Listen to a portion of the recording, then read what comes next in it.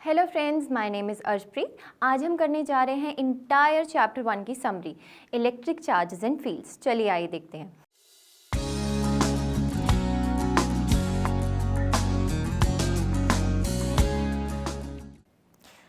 मैंने आपको first video में करवाया था 3 basic properties of electric charges. पहली प्रॉपर्टी थी क्वांटाइजेशन, जिसमें मैंने आपको इंट्रोड्यूस करवाया था ये formula Q is equals to N into E। Q क्या था यहाँ पे? Total charge on a body, और N यहाँ पे क्या था? इंटीजर। N यहाँ पे क्या था? इंटीजर। इंटीजर से मेरा मतलब है इसकी वैल्यूज़ जो अलाउड थी +-1, +-2, लाइक सो ऑन। N की वैल्यू 1.5, 2.5 ऐसे नहीं हो सकती। E क्या था यहाँ पे? E था फंडामेंटल चार्ज, जिसकी वैल्यू थी 1.6 इंटू 10⁻⁻19 कूलम। ठीक है फ्रेंड्स। सेकेंड प्रॉपर्टी थी एडिटिविटी। एडिटिविटी से मेरा मतलब क्या था कि दो चार्जेस को हम सिंपली ऐड कर सकते हैं, बिकॉज चार्जेस क्या रहती हैं? स्केलर क्वांटिटीज़ रहती हैं। जैसे मेरे पास दो चार्जेस हैं 1 कूलम एंड 2 कूलम, मैं इनको सिंपली ऐड करके लिख सकती हूँ कि इक्वल टू हो जाएंगे 3 कूलम। थर्ड प्रॉपर्टी थी कंजर्वेशन। कंजर्वेशन मैंने आपको अच्छे से समझाया था फर्स्ट वीडियो में कि अगर कोई बॉडी है, उसके ऊपर चार्ज सपोज 4 कूलम है, और उस बॉडी को मैं शेक करती हूँ, तब भी उसके बाद शेक करने के बाद भी उसके ऊपर चार्ज क्या रहेगा? 4 कूलम ही रहेगा। ये थी 3 बेसिक प्रॉपर्टीज़ ऑफ चार्जेस। अब आगे चलते हैं। उसके बाद हमने पढ़ा था अबाउट कूलम्स लॉ।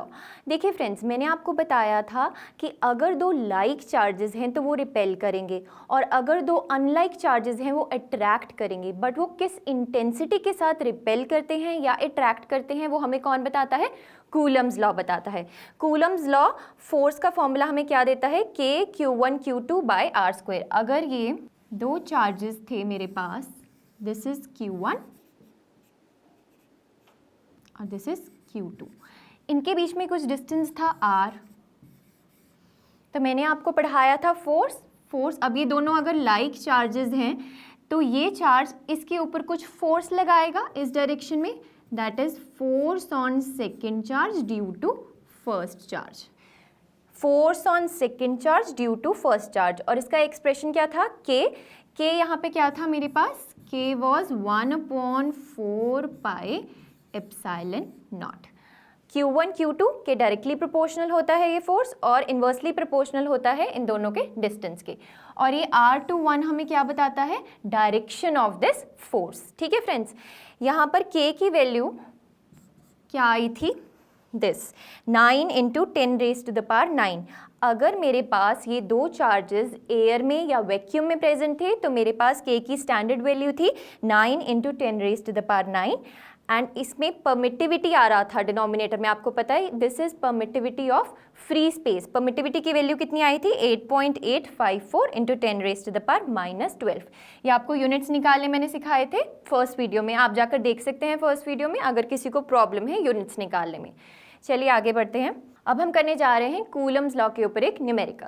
देखिए friends, what is the force between the two small charge spheres having a charge of 2 into 10⁻⁻7 coulomb and 3 into 10⁻⁻7 coulomb placed 30 centimetre apart. Suppose मैंने दो चार्जेस ले लिए,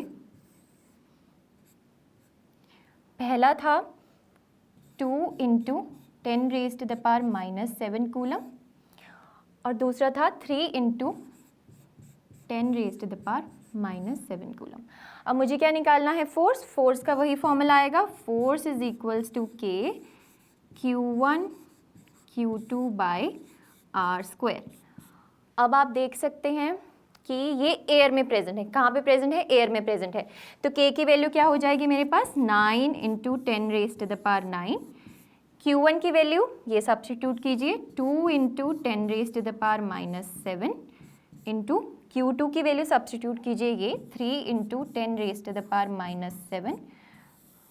देखिए फ्रेंड्स, अब आप चार्ज की यूनिट्स देख सकते हैं, कूलम में है, तो मेरे पास जो डिस्टेंस है ये सेंटीमीटर्स में दे रखा है, मुझे इसको कन्वर्ट करना पड़ेगा मीटर्स में। 30 centimetre is equals to 30 divided by 100 metres, यानी कि 0.3 मीटर्स। और नीचे फॉर्मूला में क्या रहता है, r का स्क्वायर मीन्स 0.3 इंटू 0.3।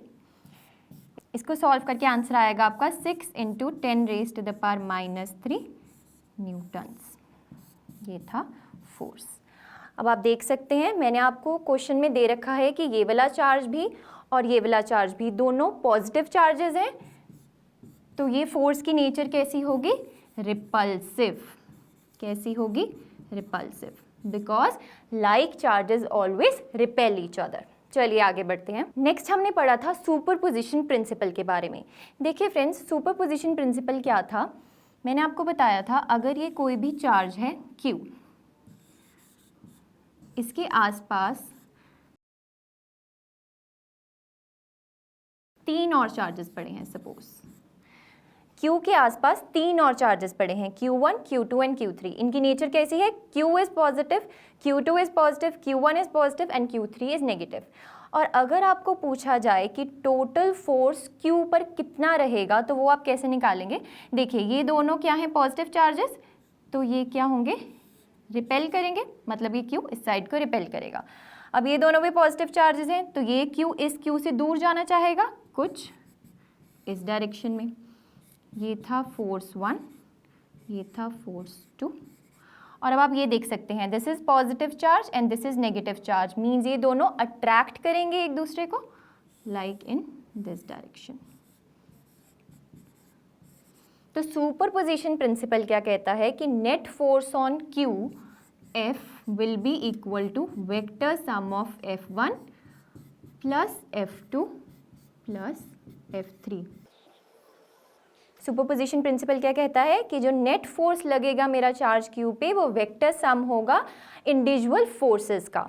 अब देखिए फ्रेंड्स, ये तो था सिस्टम। अगर मैं इस सिस्टम में एक और चार्ज ले आती हूँ Q4, ये पॉजिटिव है, तो ये भी इसके ऊपर कुछ फोर्स लगाएगा, तो ये इंडिविजुअल इफेक्ट में तो इंक्लूड हो जाएगा, बट ये जो इंडिविजुअल टर्म्स थी F1, F2, ये अफेक्ट नहीं होंगी इस फोर्थ फोर्स के आने से।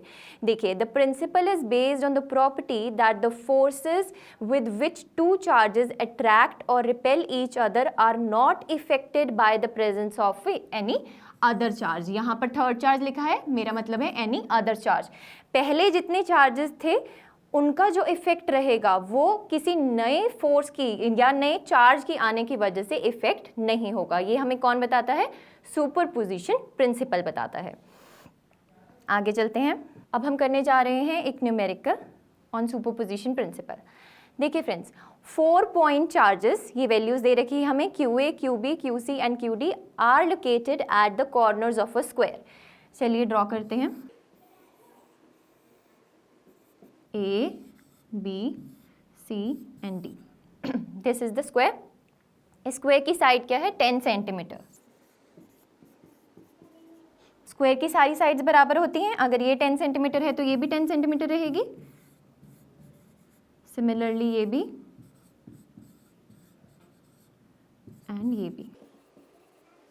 देखिए friends, what is the force on a charge 1 microcoulomb placed at the center of the square। अब बोल रहे हैं कि अगर मैं इसके सेंटर पर कोई चार्ज रख दूं 1 माइक्रोकूलम, तो इसके ऊपर कितना फोर्स लगेगा। अब यहाँ पर मेरे पास था QA, QB, QC and QD। देखिए फ्रेंड्स, सबसे पहले हमें पता है ये डिस्टेंस, तो सबसे पहले हम निकालेंगे कि डायगोनल कितना होगा, डायगोनल की वैल्यू निकालेंगे। पाइथागोरस थ्योरम लगाइए।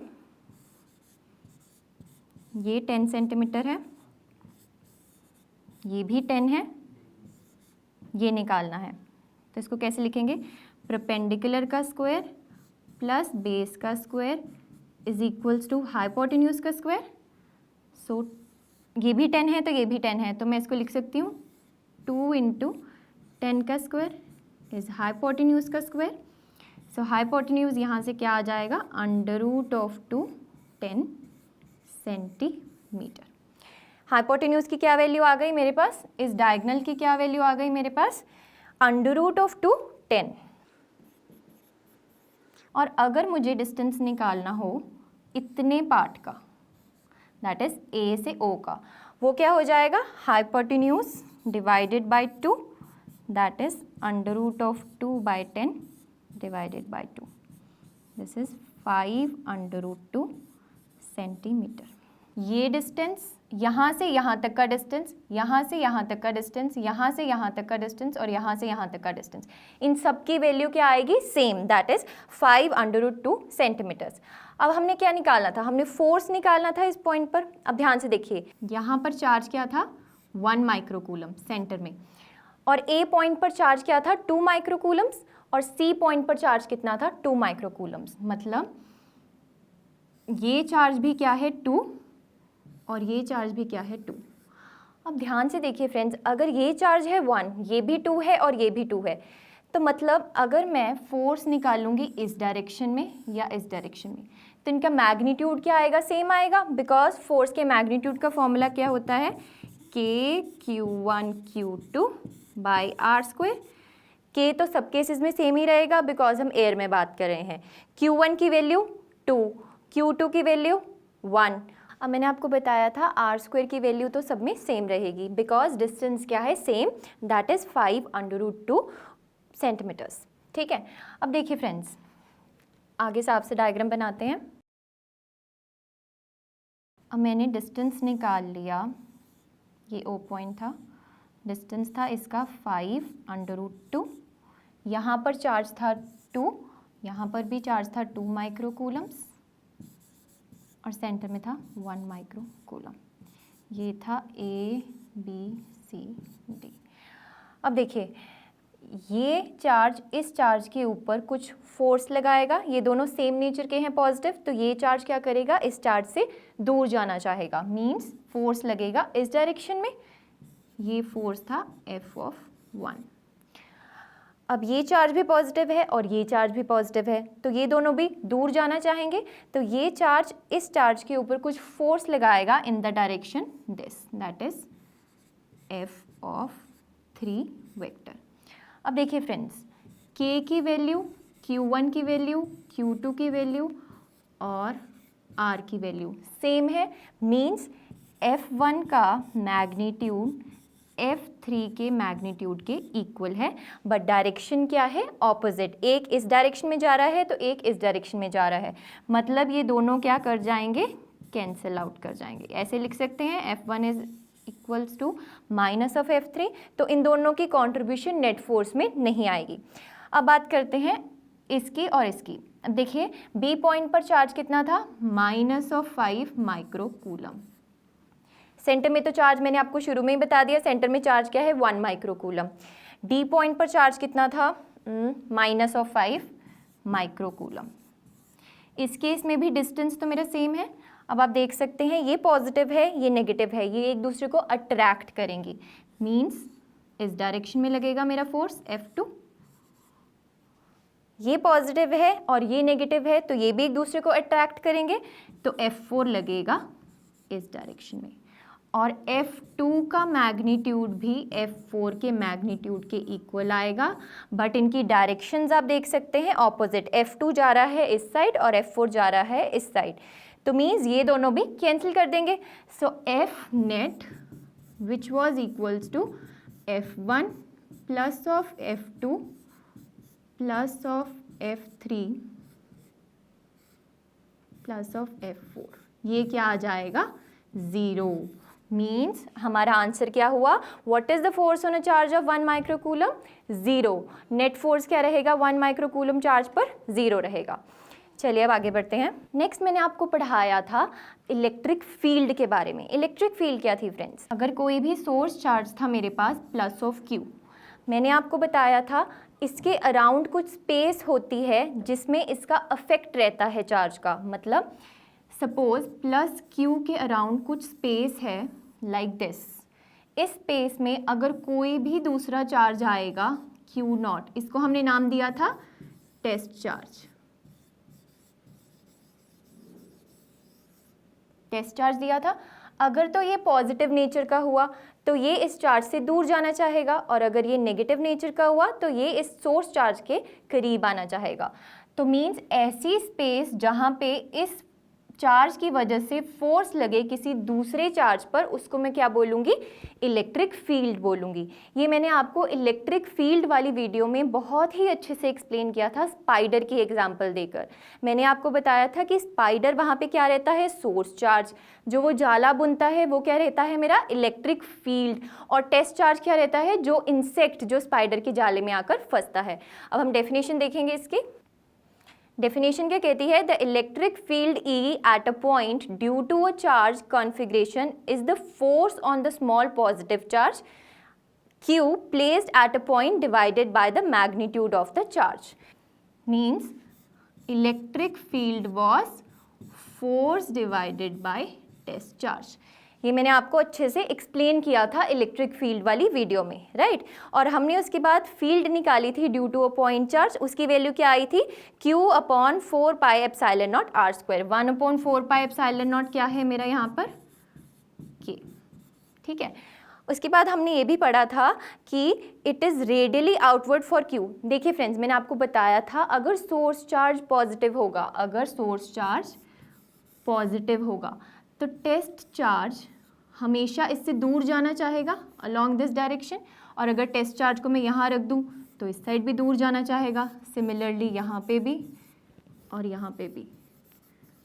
तो अगर मैंने सोर्स चार्ज को किसी स्फेयर के सेंटर में रखा है तो उस स्फेयर के अगर सारे सरफेस में मैं कहीं भी टेस्ट चार्ज को प्लेस कर दूं तो वो हमेशा उसकी वजह से फील्ड क्या रहेगी, रेडियली आउटवर्ड रहेगी। यही यहाँ पर लिखा है, it is radially outward for plus Q, ठीक है, that is Q is positive, and radially inward if Q is negative. अगर सोर्स चार्ज मेरा हो जाता है नेगेटिव तो ये टेस्ट चार्ज इसको क्या करेगा, अट्रैक्ट करेगा, तो फील्ड क्या हो जाएगी मेरी, रेडियली इनवर्ड हो जाएगी। चलिए आगे बढ़ते हैं। अब हम करने जा रहे हैं एक न्यूमेरिकल इस पे। देखिए friends, 2 point charges QA and QB are located 20 centimetre apart in a vacuum. Draw कर लेते हैं। ये दो चार्जेस हैं, Q of A, Q of B। QA की वैल्यू भी 3 माइक्रोकूलम है और QB की वैल्यू भी 3 माइक्रोकूलम है, but with a negative sign, 3 microcoulombs और इसके भी -3 माइक्रोकूलम। और इनके बीच में डिस्टेंस कितना दे रखा है, 20 सेंटीमीटर्स के बीच में डिस्टेंस कितना दे रखा है, 20 सेंटीमीटर्स। अब देखिए फ्रेंड्स, अगर मैं यहाँ पर कोई सेंटर पॉइंट ले लेती हूँ इन दोनों चार्जेस के बीच में, लेट अस से इट इज O, तो एक चार्ज से सेंटर तक का डिस्टेंस क्या हो जाएगा, 20 का आधा, दैट इज 10 सेंटीमीटर्स। ये भी 10 हो जाएगा और ये भी 10 हो जाएगा। ये तो रही फिगर क्वेश्चन के हिसाब से। अब हम देखते हैं कि हमें पूछा क्या गया है क्वेश्चन में। What is the electric field at the mid point O of the line AB joining the 2 charges. अब हमें पूछा क्या गया है, इस पॉइंट पर फील्ड कितनी होगी ड्यू टू दीज 2 चार्जेस। अब देखिए, याद कीजिए, मैंने जहां आपको इलेक्ट्रिक फील्ड इंटेंसिटी का चैप्टर पढ़ाया था वीडियो में, उसमें मैंने आपको बताया था कि जिस भी पॉइंट पर इलेक्ट्रिक फील्ड इंटेंसिटी की वैल्यू फाइंड करनी होती है, आप उस पर क्या प्लेस करेंगे, जल्दी बताइए, टेस्ट चार्ज प्लेस करेंगे। क्या प्लेस करेंगे, टेस्ट चार्ज। और टेस्ट चार्ज जब तक कि बोला ना गया हो क्वेश्चन में, हम उसको बाय डिफॉल्ट के लेकर चलते हैं पॉजिटिव। क्या लेकर चलते हैं, पॉजिटिव। सो सपोज यहाँ पर मैंने एक टेस्ट चार्ज प्लेस कर दिया Q0। अब देखिए, QA था 3 माइक्रोकूलम, Q0 था कुछ पॉजिटिव नेचर का। ये दोनों सेम नेचर के हो गए, मींस दोनों पॉजिटिव हो गई, तो ये एक दूसरे से दूर जाना चाहेंगे, रिपेल करना चाहेंगे, तो डायरेक्शन मेरी कुछ आ जाएगी इस तरफ, E1 की डायरेक्शन हो गई इस तरफ। अब देखिए, Q0 पॉजिटिव था और QB क्या था, नेगेटिव था, मींस ऑपोजिट चार्जेस थे और ये एक दूसरे को क्या करेंगे, अट्रैक्ट करेंगे। तो मेरे पास E2 की भी डायरेक्शन हो गई इसी तरफ। तो मेरे पास net electric field on the point O क्या आ जाएगी, नेट इलेक्ट्रिक फील्ड क्या आ जाएगी, E1 प्लस ऑफ E2। अब हम मैग्नीट्यूड फाइंड करेंगे E1 और E2 का और उसको हम ऐड अप कर देंगे। देखिए फ्रेंड्स, सबसे पहले हम फाइंड करेंगे E1 का मैग्नीट्यूड। इलेक्ट्रिक फील्ड इंटेंसिटी का फॉर्मूला क्या रहता है, KQ/R²। अब k/r का स्क्वायर, और E2 का क्या रहेगा, यहाँ पे आएगा Q1 और यहाँ पे आएगा Q2। अब देखते हैं इनमें कॉमन क्या है। k की वैल्यू तो दोनों में कॉमन रहेगी, दैट इज 9 × 10⁻⁹। अब Q1 एंड Q2 का मैग्नीट्यूड की अगर मैं बात करूं तो ये भी 3 है और ये भी 3 है, मतलब ये दोनों भी सेम है। और r² that is distance between this test charge and charge this, इसके केस में भी 10 सेंटीमीटर है और इसके केस में भी 10 सेंटीमीटर है, तो ये तो सब कुछ ही कॉमन आ गया। तो हम ई नेट को क्या लिख सकते हैं, E net is equals to twice of E1। चलिए अब फाइंड करते हैं। E net is equals to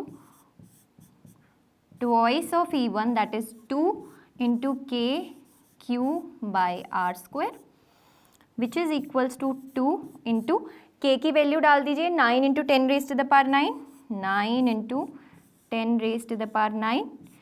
Q की मैग्नीट्यूड की वैल्यू कितनी है, 3 माइक्रोकूलम, 3 × 10⁻⁻6 माइक्रोकूलम था, उसको हम कन्वर्ट करेंगे कूलम्स में। और डिस्टेंस देखिए, अब डिस्टेंस किस में है, सेंटीमीटर्स में, तो इसको हमें कन्वर्ट करना पड़ेगा मीटर्स में।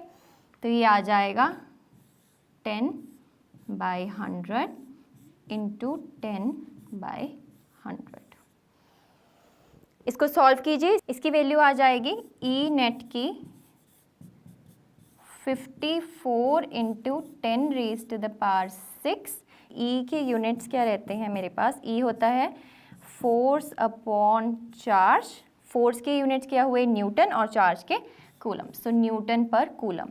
अब देखिए फ्रेंड्स, जब भी मुझे डेसिमल, अब डेसिमल पॉइंट यहाँ पर है, ठीक है, अब मुझे ये डेसिमल शिफ्ट करना है टू दिस पॉइंट, मीन्स मुझे लिखना है 5.4। तो जितनी प्लेस से मैं डेसिमल को इस साइड शिफ्ट करूंगी उतनी ही मैं एक पावर ऐड कर दूंगी 10 की, तो ये हो जाएगा 10⁻⁷ न्यूटन पर कूलम। हमारे पास पहले पार्ट का आंसर आ गया। What is the electric field at the mid point O of the line AB joining the two charges, 5.4 × 10⁻⁷ Newton पर कूलम। और इसकी डायरेक्शन क्या रहेगी, टुवर्ड्स दिस साइड।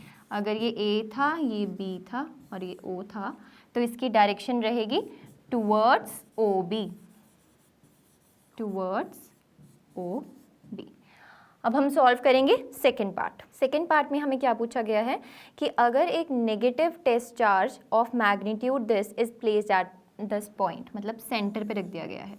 देखिए ये था मेरा 3 microcoulomb and this was -3 microcoulomb. और अब बोल रहे हैं कि किसी सेंटर पॉइंट पर एक टेस्ट चार्ज प्लेस कर दिया गया है which is negative, that is 1.5 × 10⁻⁹ coulomb. देखिए फ्रेंड्स, अब मैंने आपको पहले पार्ट में सॉल्व कराया था कि इलेक्ट्रिक फील्ड की डायरेक्शन क्या रहेगी, टुवर्ड्स OB।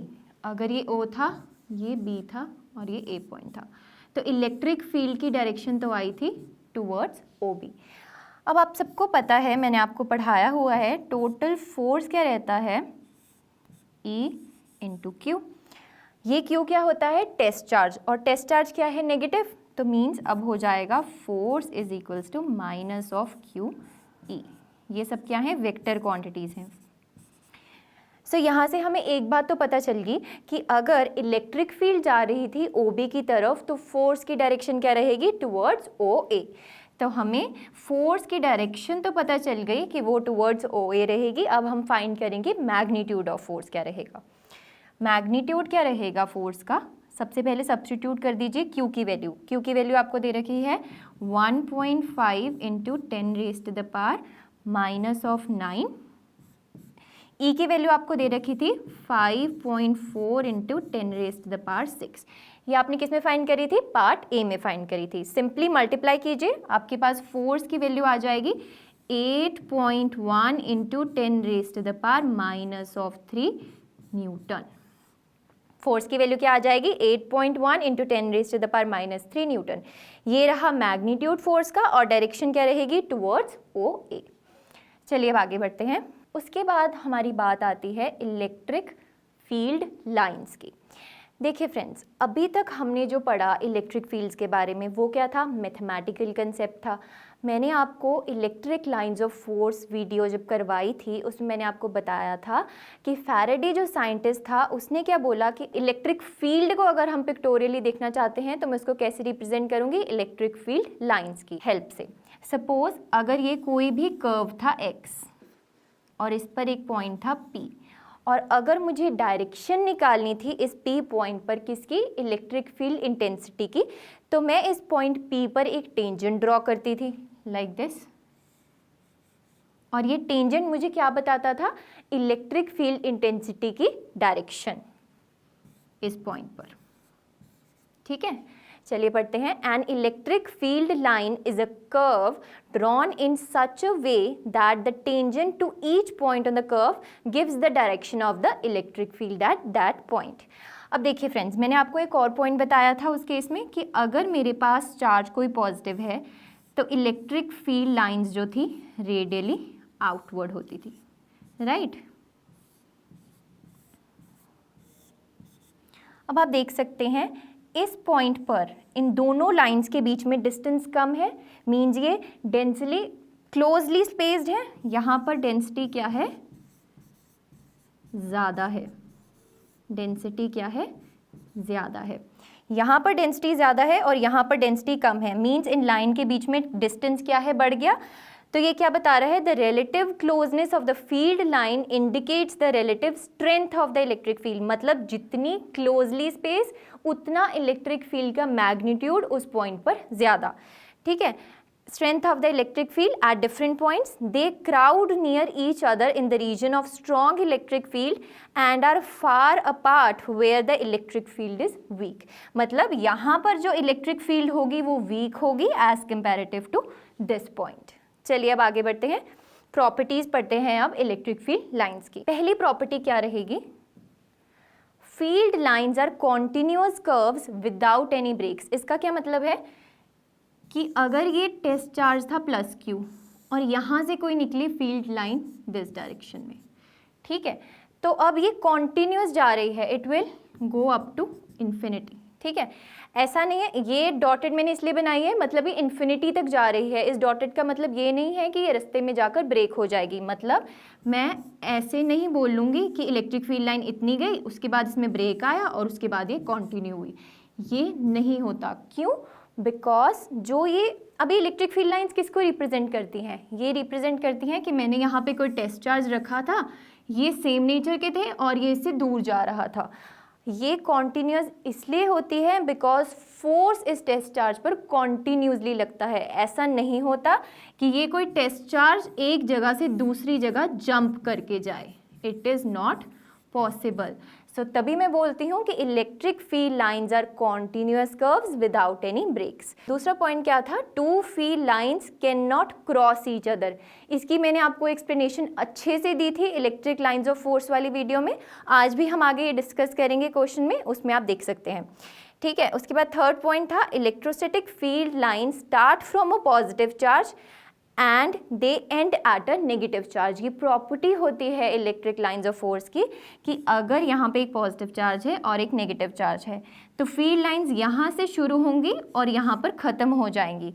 ऐसा नहीं होगा कि इलेक्ट्रिक फील्ड लाइंस यहाँ से यहाँ दोबारा आए, it is not possible. They always start from a positive charge and end, that is terminate at a negative charge. अब हम इसको समझेंगे with an example. देखिए फ्रेंड्स, पहला क्वेश्चन आपसे पूछा गया है, an electrostatic field line is a continuous curve, that is a field line cannot have sudden breaks. Why not? अभी मैंने आपको एक्सप्लेन किया क्यों। अगर सपोज ये सोर्स चार्ज था पॉजिटिव और ये कोई टेस्ट चार्ज था, ये भी क्या था, पॉजिटिव, तो ये टेस्ट चार्ज इस सोर्स चार्ज से दूर जाना चाहेगा, ये चार्ज इसके ऊपर कुछ फोर्स लगा रहा है इस डायरेक्शन में लाइक दिस, मतलब ये कॉन्टिन्यूसली मूव कर रहा है, इसके ऊपर फोर्स कैसी लग रही है, कॉन्टिन्यूअस फोर्स लग रही है। इसीलिए ही हम बोल सकते हैं कि electrostatic field lines is a continuous curve because force acting on it in electrostatic field is continuous. उसके सेकेंड पार्ट में पूछा गया है that is a field line can not have a sudden break. क्यों? बिकॉज जो charge होता है वो कभी भी जंप नहीं करता, कॉन्टिन्यूसली मूव करता है। कैसे मूव करता है? कॉन्टिन्यूसली मूव करता है। It doesn't jump from one place to another, means ऐसे नहीं जा सकता ये जंप करके, हमेशा इसका मोशन क्या रहता है? कॉन्टिन्यूस रहता है। सेकेंड पार्ट था explain why two field lines never cross each other at any point. इसकी एक्सप्लेनेशन क्या है? सपोज मैं दो कर्व्स ले लेती हूँ, X curve and Y curve, और मैं अजम्पशन मानकर चलती हूँ कि ये दोनों इंटरसेक्ट कर रहे हैं एट दिस पॉइंट P। अब मैंने आपको जहाँ डेफिनेशन के बारे में बताया था इलेक्ट्रिक फील्ड लाइंस की, मैंने आपको बताया था कि एक ऐसा कर्व जिसके हर एक पॉइंट पर अगर हम टेंजेंट ड्रॉ करें तो हमें क्या बताता है? इलेक्ट्रिक फील्ड इंटेंसिटी की डायरेक्शन। अब यहाँ पर दो कर्व्स हैं तो एक टेंजेंट मैंने इस साइड को ड्रॉ कर दिया, ठीक है, और एक टेंजेंट मैंने इस कर्व के लिए ड्रॉ कर दिया। अब आप देख रहे हैं एक ही पॉइंट पर इलेक्ट्रिक फील्ड इंटेंसिटी की दो डायरेक्शंस आ गई, विच इज़ नॉट पॉसिबल। इसीलिए मैं बोलती हूँ कि दो फील्ड लाइंस कभी भी क्रॉस नहीं कर सकती। क्यों? Because direction of electric field intensity is unique. क्या रहती है? यूनिक। और अगर ये क्रॉस करेंगी तो दो डायरेक्शंस आ जाएंगे विच इज नॉट पॉसिबल। चलिए अब आगे चलते हैं और एक और एग्जांपल करेंगे इलेक्ट्रिक लाइंस ऑफ फोर्स पे। चलिए देखते हैं। नेक्स्ट क्वेश्चन रहेगा which among the curves can not be possible represent the electrostatic field lines. अब हमारे पास 5 केसेस दिए गए हैं और मुझे बताना है कि कौन सा केस इसमें से सही नहीं है, और अगर वो सही नहीं है तो उसका रीज़न क्या रहेगा। ठीक है, चलिए पहला केस डिस्कस करते हैं। इट इज़ अ कंडक्टर और इसके सरफेस पे सारे पॉजिटिव चार्जेस हैं और ये ब्लू लाइंस रिप्रेजेंट कर रही हैं इलेक्ट्रिक लाइंस ऑफ फोर्स को या इलेक्ट्रिक फील्ड लाइंस को। अब देखिए फ्रेंड्स, मैंने आपको जिस वीडियो में इलेक्ट्रिक लाइंस ऑफ फोर्स के बारे में बताया था, मैंने आपको क्या बताया था? याद कीजिए कि कंडक्टर से हमेशा इलेक्ट्रिक फील्ड लाइंस कैसे निकलती हैं? परपेंडिकुलरली। हमेशा अगर कोई कंडक्टिंग सरफेस है तो उससे फील्ड लाइंस हमेशा 90 डिग्री के एंगल पर निकलेंगी। और आप देख सकते हैं यहाँ पर एंगल 90 नहीं है, यहाँ पर भी 90 नहीं है, लाइक दिस वे ऑल्सो। तो ये केस पॉसिबल नहीं है। क्यों? Because electric lines of force are not perpendicular in this case. ठीक है, अब चलते हैं सेकंड की तरफ। सेकंड में आप देख सकते हैं ये है पॉजिटिव चार्ज जिसमें से फील्ड लाइंस निकल रही हैं, और ये है नेगेटिव चार्ज, इसमें से भी फील्ड लाइंस निकल रही हैं। क्या ये पॉसिबल है? नहीं, बिकॉज फील्ड लाइंस हमेशा स्टार्ट होती हैं पॉजिटिव चार्ज की तरफ से और एंड कहाँ होती हैं? नेगेटिव पे जाके। कभी भी ये पॉसिबल नहीं है ये कंडीशन कि नेगेटिव से स्टार्ट होकर पॉजिटिव पे एंड हो। तो इसीलिए ये केस भी हमारा फॉल्स हुआ। क्यों? बिकॉज नेगेटिव से यहाँ पे आप देख सकते हैं यहाँ से निकल रही हैं। ठीक है, सो ये भी क्या हुआ? False, not possible. क्यों? बिकॉज हमेशा नेगेटिव पर जाके टर्मिनेट होती हैं फील्ड लाइंस, कभी भी उससे स्टार्ट नहीं हो सकती। अब हम करेंगे थर्ड केस। आप देख सकते हैं ये दो पॉजिटिव चार्जेस हैं, ठीक है, इनकी तरफ से फील्ड लाइंस निकल रही हैं इस डायरेक्शन में, पॉजिटिव आउटवर्ड निकल रही हैं, जो कि करेक्ट है। पॉजिटिव से हमेशा फील्ड लाइंस बाहर की तरफ जाती हैं। और दूसरा इफेक्ट आपने क्या चेक करना है कि ये दोनों पॉजिटिव चार्जेस हैं तो ये रिपेल करने चाहिए, तो फील्ड लाइंस भी कैसे होनी चाहिए? रिपल्सिव इफेक्ट को शो करती होनी चाहिए। तो ये देख सकते हैं आप कि ये रिपल्सिव इफेक्ट को शो कर रही है। अगर ये अट्रैक्टिव होती तो ये जाके ऐसे जानी चाहिए थी, बराबर जानी चाहिए थी, बट नहीं, ये क्या शो कर रही हैं? रिपल्सिव इफेक्ट को। So this is correct. ये रॉन्ग था, ये रॉन्ग था और ये था करेक्ट। अब आ जाइए फोर्थ केस पर। आप देख सकते हैं ये पॉइंट्स, यहाँ पर क्या हो रहा है? दो electric lines of force intersect कर रही हैं। क्या कर रही हैं? इंटरसेक्ट कर रही हैं। अब आप बताइए क्या ये पॉसिबल है?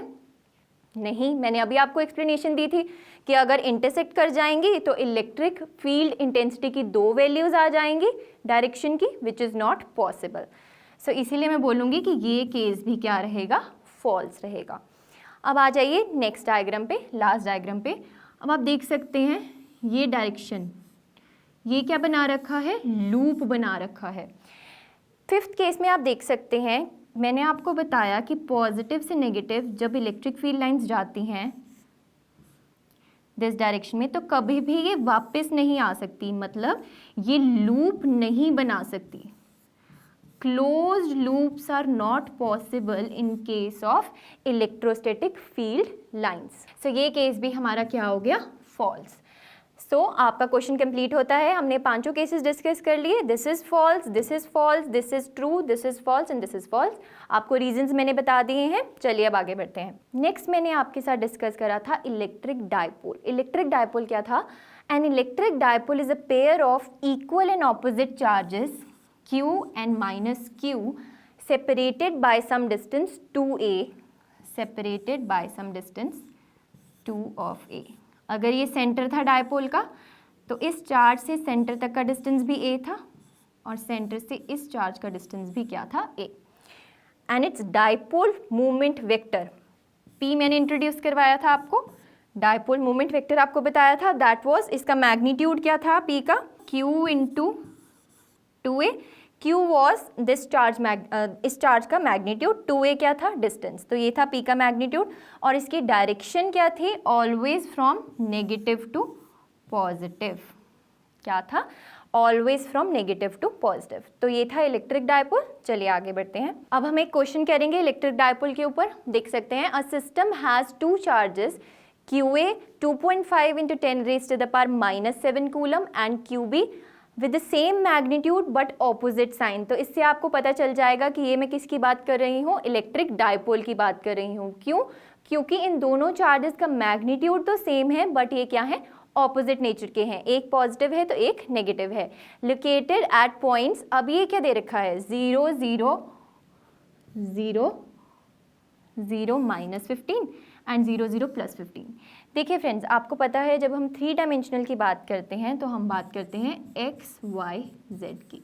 तो जब भी आपको कोई भी पॉइंट ऐसे दे रखा है 0 0 15, तो मतलब ये आपको x एक्सिस पे वैल्यू दे रखी है, ये y एक्सिस पर और ये z एक्सिस पर। तो आप एक्सिस ड्रॉ कर लीजिए क्योंकि ये हमारा क्वेश्चन सॉल्व होने वाला है 3 डायमेंशनल में। अगर ये x एक्सिस है, ये y एक्सिस है और ये क्या है, z एक्सिस है, ठीक है। तो क्या होगा, इसको कर दीजिए एक्सटेंड,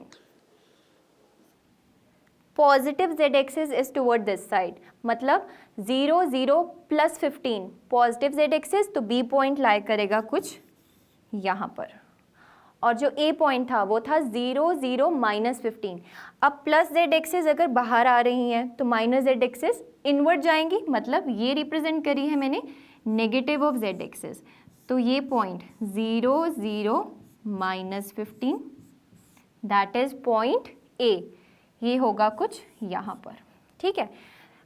ये था 15 और ये भी था 15, तो टोटल 2a की वैल्यू मेरे पास क्या आ जाएगी, 30 सेंटीमीटर्स, ठीक है। अब देखिए, हमें पूछा क्या गया है क्वेश्चन में, what are the total charge. पहले हम फाइंड करेंगे total charge. So q total की वैल्यू क्या रहेगी, q of a plus of q of b। q of a की वैल्यू थी 2.5 into 10 raise to the power -7 और qb की वैल्यू थी minus of 2.5 into 10 raise to the power -7, मतलब magnitude same है, ऑपोजिट साइन है, तो q टोटल क्या आ जाएगा, 0। q टोटल क्या आ जाएगा, 0। तो टोटल चार्ज तो हमने सॉल्व कर लिया, क्या आ जाएगा, 0 आ जाएगा। अब हम बात करेंगे electric dipole movement of the system. Electric dipole movement of the system क्या रहता है, p is equals to q into 2a। q की वैल्यू आप लेंगे क्वेश्चन में से, q की वैल्यू क्या है, 2.5 into 10 raise to the power -7, और डिस्टेंस किस में है, सेंटीमीटर्स में, 30 सेंटीमीटर, अभी मैंने आपको वैल्यू निकाल के बताई थी। तो अगर चार्ज मेरा कूलम में है, डिस्टेंस मेरा सेंटीमीटर में है, तो मैं डिस्टेंस को किस में कन्वर्ट करूँगी, मीटर्स में कन्वर्ट करूँगी, ताकि मेरे सारे यूनिट्स क्या हो जाएं, एक जैसे SI। ठीक है, तो 30 सेंटीमीटर्स को जब मैं मीटर्स में कन्वर्ट करूँगी तो मैं इसको डिवाइड करूँगी 100 से। ठीक है, तो इसकी वैल्यू आ जाएगी 2.5, ये 0 से 0 कटा, इंटू 0.3 इंटू 10⁻⁻7। सो P की वैल्यू आ जाएगी 7.5 इंटू 10⁻⁻8। अब P के यूनिट्स क्या रहते हैं, चार्ज के यूनिट्स हैं कूलम और डिस्टेंस के यूनिट्स हैं मीटर्स। मैंने मीटर्स में कन्वर्ट कर लिया था, तो इसके यूनिट्स आ जाएंगे कूलम मीटर। ठीक है, तो ये आ गया मेरा मैग्नीट्यूड ऑफ P, और डायरेक्शन क्या रहेगी, always from negative to positive. अब नेगेटिव कहाँ था मेरे पास, चार्ज A था पॉजिटिव, चार्ज B था नेगेटिव, ये वाला, तो डायरेक्शन रहेगी towards -z axis, towards -z axis. चलिए आगे बढ़ते हैं। नेक्स्ट मैंने आपको फ्रेंड्स बताया था electric field due to a dipole. मैंने 2 पॉइंट्स पर आपको इलेक्ट्रिक फील्ड के बारे में बताया था, एक एक्सियल पॉइंट पर और एक इक्वेटोरियल पॉइंट पर। याद है आपको? अगर नहीं याद तो आप वो वीडियो देख सकते हैं। ये डायपोल था, +q एंड -q। हमने ये कंसिडर की थी एक्सिस ऑफ डायपोल, ये क्या थी, एक्सिस ऑफ डायपोल। और हमने एक बार यहाँ पर एक पॉइंट लिया था, पॉइंट P, और इस पॉइंट P पर निकाली थी electric field due to this dipole. उसकी वैल्यू आई थी ये 2p/4πε0 r³। ये वेरी कैसे कर रहा था, r³ से, और मैंने आपको बोला था इस फॉर्मूला को कर लीजिए CTM। अगर आपने इसको उसी टाइम पे रट्टा मार लिया होगा तो आपको ये वैल्यू अब याद आ जानी चाहिए। दूसरा पॉइंट मैंने आपको बताया था कि अगर इस सेंटर से मैं एक परपेंडिकुलर बाइसेक्टर बनाती हूँ और इस पॉइंट P पर मैं वैल्यू फाइंड करना चाहती हूँ इलेक्ट्रिक फील्ड की, ये कौन सा पॉइंट था, इक्वेटोरियल प्लेन का पॉइंट। इस पे क्या वैल्यू आई थी इलेक्ट्रिक फील्ड की, इसकी वैल्यू आई थी -P4πε0 r³। और मैंने आपको एक और पॉइंट बताया था इसमें, बहुत ही इंपॉर्टेंट, इसमें बताया था कि इलेक्ट्रिक फील्ड और डायपोल मूवमेंट की डायरेक्शन सेम है, क्योंकि इसके आगे आ रहा है पॉजिटिव साइन, और यहाँ पर इलेक्ट्रिक फील्ड और डायपोल मूवमेंट की डायरेक्शन ऑपोजिट है, क्योंकि इसके आगे आ रहा है नेगेटिव साइन। चलिए आगे बढ़ते हैं। उसके बाद हमने डिस्कस करा था उससे नेक्स्ट वीडियो में कि torque experience by the dipole in a uniform field. उसमें मैंने आपको क्या बताया था, अगर कोई भी फील्ड है लाइक दिस, यूनिफॉर्म फील्ड है, ये लाइंस क्या रिप्रेजेंट करती थी, यूनिफॉर्म फील्ड, बिकॉज ये क्या थी, स्ट्रेट थी, पैरेलल थी और इक्वली स्पेस, मतलब जितना डिस्टेंस इन दोनों के बीच में है उतना ही डिस्टेंस इन दोनों के बीच में है, तो ये यूनिफॉर्म फील्ड थी। इसमें मैंने रखा था एक डायपोल, क्या रखा था, एक dipole like this, negative and positive. अब इस पॉजिटिव के ऊपर फोर्स लग रहा था इस डायरेक्शन में, because force was Q × E। तो अगर Q मेरे पास पॉजिटिव था, ये चार्ज पॉजिटिव था, तो इलेक्ट्रिक फील्ड अगर इस डायरेक्शन में जा रही थी तो फोर्स भी इस डायरेक्शन में जा रहा था, और इसमें क्या था, ऑपोजिट डायरेक्शन में। तो इसमें मैंने आपको क्या बताया था कि टोटल नेट फोर्स, यहाँ पे फोर्स की वैल्यू आई थी -QE, तो नेट फोर्स की वैल्यू क्या आई थी, 0 आई थी। Net force on a dipole placed in a uniform electric field is 0। तो मैंने आपको बताया था ये डायपोल किस में है, ट्रांसलेशनल इक्विलिब्रियम में है, बट इन दोनों फोर्सेस की लाइन ऑफ एक्शन सेम नहीं है। आप देख सकते हैं ये फोर्स लग रहा है इस लाइन के अलोंग और ये फोर्स लग रहा है इस लाइन के अलोंग, तो इस पे कुछ टॉर्क एक्ट करती थी और उसका हमने फॉर्मूला निकाला था, torque was P × E, cross product था, इसको हमने लिखा था PE sin θ n गैप। उसके बाद हमने केसेस भी डिस्कस करे थे, आप देख सकते हैं उस टॉक वाली वीडियो में। चलिए आगे बढ़ते हैं। उसके बाद हमने डिस्कस करा था about electric flux. Electric flux क्या थी फ्रेंड्स, अगर कोई सरफेस था लाइक दिस, इलेक्ट्रिक फ्लक्स वाली वीडियो में मैंने आपको स्टार्टिंग में बताया था एरिया वेक्टर के बारे में। मैंने आपको बताया था कि एरिया अब तक छोटी क्लासेस में तो क्या था, स्केलर क्वांटिटी, बट हम 12th क्लास में क्या बात करेंगे कि एरिया क्या है, एक वेक्टर क्वांटिटी। इसकी डायरेक्शन थी, डायरेक्शन क्या थी, जैसे ये कुछ एरिया था तो इसकी डायरेक्शन थी टुवर्ड्स द नॉर्मल। ये अगर सरफेस था तो इस सरफेस पे अगर मैं नॉर्मल बनाऊंगी तो एरिया की डायरेक्शन क्या हुई, टुवर्ड्स दिस। ठीक है, सो फ्लक्स क्या होता था, electric field lines passing through this area element perpendicularly. कितनी इलेक्ट्रिक लाइंस इस एरिया से परपेंडिकुलरली पास हो रही हैं उसको मैं क्या बोलती थी, फ्लक्स। और मैंने आपको अच्छे से डिपेंडेंस समझाई थी कि फ्लक्स की डिपेंडेंस ई पे कैसे आएगी और फ्लक्स की डिपेंडेंस डेल्टा एस पे कैसे आएगी। ये डेल्टा एस तो वही है कि ये एरिया एलिमेंट है, इसकी डायरेक्शन किससे रिप्रेजेंट होगी, एन कैप से। अब हम करने जा रहे हैं एक numerical on electric flux. Consider a uniform electric field, E की वैल्यू हमें दे रखी है 3 × 10⁻³ newton coulomb along x axis. हमसे पूछा क्या गया है, what is the flux of this field through a square of 10 centimetre on a side whose plane is parallel to YZ axis. Means square हमारा कैसे है, YZ प्लेन में है, YZ प्लेन में है। तो अगर स्क्वायर YZ प्लेन में है तो YZ प्लेन की नॉर्मल कौन सी डायरेक्शन हुई, X डायरेक्शन। कौन सी हुई, X डायरेक्शन। और हमें फील्ड भी कैसे दे रखी है, अलोंग X डायरेक्शन। हमें फ्लक्स पता है, फ्लक्स इज E.S। अगर एरिया वेक्टर भी अलोंग एक्स एक्सिस दे रखा है, फील्ड भी अलोंग एक्स एक्सिस दे रखी है, तो इन दोनों के बीच में एंगल क्या हो जाएगा, 0 डिग्री। तो आप इसको सिंपली लिखेंगे E/S cos of 0 degree. E की वैल्यू आपको क्वेश्चन में दे रखी है 3 × 10⁻³। इसकी वैल्यू सब्स्टिट्यूट कर दीजिए, 3 × 10⁻³ S। अब स्क्वायर की एक साइड 10 सेंटीमीटर दे रखी है, क्या दे रखी है, 10 सेंटीमीटर्स।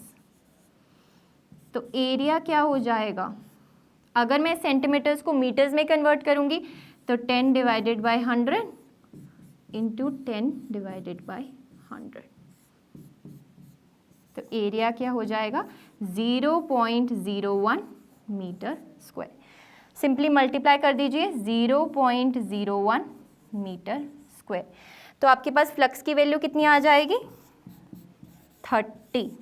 इसके यूनिट्स क्या हो जाएंगे, सिंपली इसको सॉल्व कर लीजिए। इसको हम लिख सकते हैं 1 / 10⁻²। तो 10⁻² से ऊपर 2 कट गया तो ऊपर 1 पावर रहेगी, तो 3 × 10 30। इसके यूनिट्स क्या होंगे, अब फ्लक्स के यूनिट्स क्या होते हैं फ्रेंड्स, इलेक्ट्रिक फील्ड इंटेंसिटी के यूनिट्स रहते हैं force upon charge, that is Newton पर कूलम, और एरिया किस में रहता है, मीटर स्क्वायर में। तो फ्लक्स की वैल्यू क्या आ जाएगी मेरे पास, 30 न्यूटन मीटर स्क्वायर पर कूलम। तो ए पार्ट का आंसर क्या आ जाएगा मेरे पास, 30 न्यूटन मीटर स्क्वायर पर कूलम। सेकेंड पार्ट में हमें क्या पूछा गया है, what is the flux through the same square if the normal to its plane makes an angle of 60 degree. पहले कितना एंगल बन रहा था, 0 डिग्री, अब कितना एंगल बन रहा है, 60 डिग्री। तो आपको चेंज क्या करना है, बस यहाँ पर 0 की जगह आप लिख देंगे 60 डिग्री। तो cos ऑफ 60 की वैल्यू कितनी होती है, 1/2। सेम वही कैलकुलेशन रहेगी, E की वैल्यू भी सेम रहेगी, S की वैल्यू भी सेम रहेगी, और यहाँ पे cos 60 की जगह डाल दीजिए हाफ। तो जो मेरा पहले आंसर आया था 30, उसको मैं डिवाइड कर दूंगी अगर 2 से, 30 / 2 is equals to 15। Unit same रहेंगे, that is newton metre square पर कूलम। तो मेरा पहले पार्ट का आंसर क्या आ गया, 30 न्यूटन मीटर स्क्वायर पर कूलम, और सेकंड पार्ट का आंसर क्या आ गया, 15 न्यूटन मीटर स्क्वायर पर कूलम। आप सबको समझ आ गया ना, बस मैंने थीटा की वैल्यू चेंज करी है, मैंने रिप्लेस कर दिया है 0 डिग्री को 60 डिग्री से, एंड cos 60 की वैल्यू होती है 1/2। ये कैलकुलेशन E और S की वैल्यू सेम है, 1/2 से मैं इस चीज़ को डिवाइड कर दूंगी और मेरे पास आंसर आ जाएगा 15। उसके बाद हमने बात करी थी about Gauss law. Gauss law क्या कहता था कि जो टोटल फ्लक्स है through any closed surface that is equals to Q enclosed by epsilon naught. यहाँ पे एप्सिलॉन नॉट क्या है, परमिटिविटी, और Q इनक्लोज क्या है, सपोज अगर मैं कोई सरफेस ले रही हूँ ऐसा, और इसमें चार्ज है कुछ ये तो सिर्फ ये दो चार्जेस, अगर मैं यहाँ पर भी चार्ज ले रही हूँ सपोज, सो सिर्फ इन दोनों चार्जेस की वजह से मेरी फ्लक्स की वैल्यू आएगी। क्यों? क्योंकि ये सरफेस ने सिर्फ इन दोनों चार्जेस को एनक्लोज किया है। तो the flux of the electric field through any close surface S is 1/ε0 times the total charge enclosed by the S. S क्या है यहाँ पर? सरफेस, ठीक है। So this law is specially useful in determining the electric field E. अब मैंने आपको इससे पिछली वीडियो में पढ़ाया था एप्लीकेशंस ऑफ गॉस लॉ। उसमें मैंने आपको क्या कराया था कि जो गॉस लॉ है वो यूज होता है to find the electric field E. उसको रिमेम्बराइज करेंगे हम जल्दी से। अब फॉर्मूलाज देखेंगे, ये न्यूमेरिकल अभी हम बाद में डिस्कस करेंगे, पहले हम देख लेते हैं एप्लीकेशंस ऑफ गॉस लॉ क्या रहेंगी। एप्लीकेशंस में सबसे पहली एप्लीकेशन क्या थी कि अगर कोई भी thin infinitely long straight wire है, उसकी वजह से मुझे क्या निकालना है? इलेक्ट्रिक फील्ड की वैल्यू निकालनी है। यूजिंग गॉस लॉ मैंने आपको बताया था कि इलेक्ट्रिक फील्ड की वैल्यू क्या आ जाएगी? λ/2πε0r means electric field was inversely proportional to are.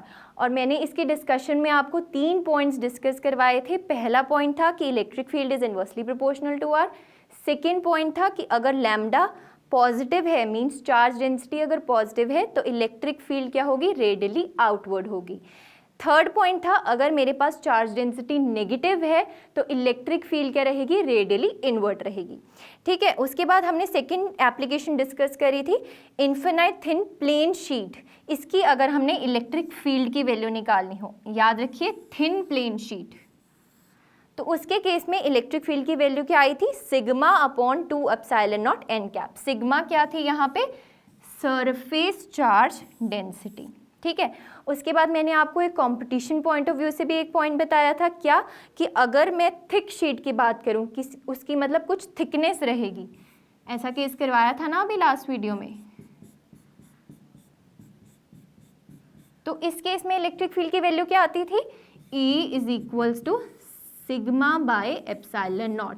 ये 2 का फैक्टर यहाँ से चला जाता था, डायरेक्शन इसकी भी रहती थी एन कैप के अलॉन्ग। इसके बाद हमने एक और एप्लीकेशन करी थी स्फेरिकल शेल का। अगर मुझे निकालना था electric field using Gauss law, तो वो मैंने कैसे निकाला था? मैंने आपको बताया था कि अगर ये शेल है, शेल के सारा चार्ज बाहर ही रहेगा। हमने 3 केसेस डिस्कस करे थे। अगर मुझे इनसाइड किसी पॉइंट पर निकालनी थी फील्ड, सरफेस पे निकालनी थी, या आउटसाइड किसी पॉइंट पर निकालनी थी। मैंने गॉसियन सरफेस ड्रॉ करा था, आप लास्ट वीडियो में देख सकते हैं अगर किसी को याद नहीं आ रहा। मैंने गॉसियन सरफेस ड्रॉ करा था और वैल्यू फाइंड करी थी इलेक्ट्रिक फील्ड इंटेंसिटी की।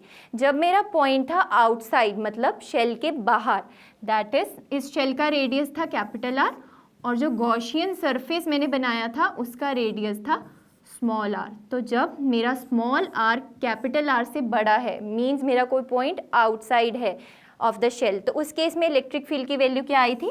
Q/4πε0 r²। और जब मेरे पास कोई पॉइंट अंदर पड़ा है, that is r is less than capital R, small r is less than capital R, मतलब गॉसियन सरफेस अब अंदर बन गया, तो उसके केस में कोई भी चार्ज इनक्लोज नहीं था। और अगर कोई भी चार्ज इनक्लोज नहीं है तो flux is E.ds is Q/ε0। अगर इसकी वैल्यू 0 आ रही है तो इलेक्ट्रिक फील्ड भी यहाँ से आ गई थी 0। अब जल्दी से हम पीछे जाके वो न्यूमेरिकल डिस्कस करेंगे गॉस लॉ के ऊपर। देखिए friends, a point charge +10 microcoulomb is at a distance of 5 centimetre directly above the centre of the square of side 10 centimetre. Means ये कोई भी स्क्वायर दे रखा है हमें जिसकी साइड है 10 सेंटीमीटर, और इस सपोज यहाँ पे कोई स्क्वायर पड़ा है, इसकी साइड है 10 सेंटीमीटर, इससे 5 सेंटीमीटर की दूरी पे कुछ यहाँ पर एक चार्ज पड़ा है विच इज़ ऑफ +10 माइक्रोकूलम, और मुझे क्या फाइंड करनी है? What is the magnitude of the electric flux through this square. अब आप देखिए, फ्लक्स का फॉर्मूला मुझे पता है Q/ε0 होता है, बट ये Q क्या रहता है? इनक्लोज्ड।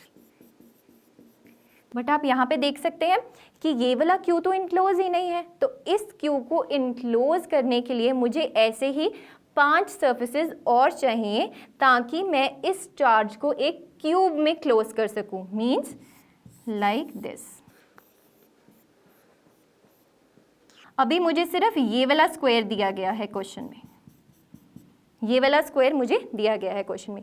ये कोई चार्ज था Q, अगर मैं 5 सर्फेसेस और लगा दूं इसके आसपास तो ये Q क्या हो जाएगा, क्लोज हो जाएगा।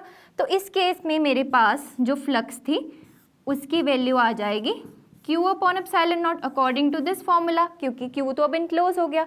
बट आपको पूछा क्या गया है कि सिर्फ एक स्क्वायर की वजह से कितनी फ्लक्स होगी, तो जो टोटल फ्लक्स आएगी डिवाइडेड बाय 6 कर देंगे आप उसको, 1/6 of Q bye epsilon not. 6 surfaces थे तो एक सर्फेस के हिस्से में कितनी आएगी, 1/6 of Q bye epsilon not. Q की वैल्यू आपको दे रखी है, एप्सिलॉन नॉट मींस परमिटिविटी, अभी मैंने आपको स्टार्टिंग में बताया था परमिटिविटी की वैल्यू 8.854 इंटू 10⁻⁻12, उसकी वैल्यू सब्स्टिट्यूट कर दीजिए, 1/6 Q की वैल्यू आ जाएगी 10 इंटू 10⁻⁻6, माइक्रोकूलम्स को आप कूलम्स में चेंज करेंगे। परमिटिविटी की वैल्यू होती है 8.854 इंटू 10⁻⁻12। तो इसको सॉल्व करके आपका आ जाएगा फ्लक्स इज 1.88 इंटू 10⁻5, और फ्लक्स के यूनिट्स क्या रहेंगे, न्यूटन मीटर स्क्वायर पर कूलम।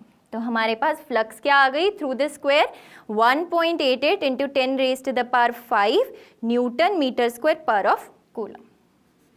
ठीक है, इसी के साथ आज का हमारा फुल चैप्टर 1 फिनिश होता है, that was electric charges in field. हम नेक्स्ट वीडियो में करेंगे electrostatic potential and capacitance, that is second chapter को शुरू करेंगे। Till then keep revising and enjoy physics.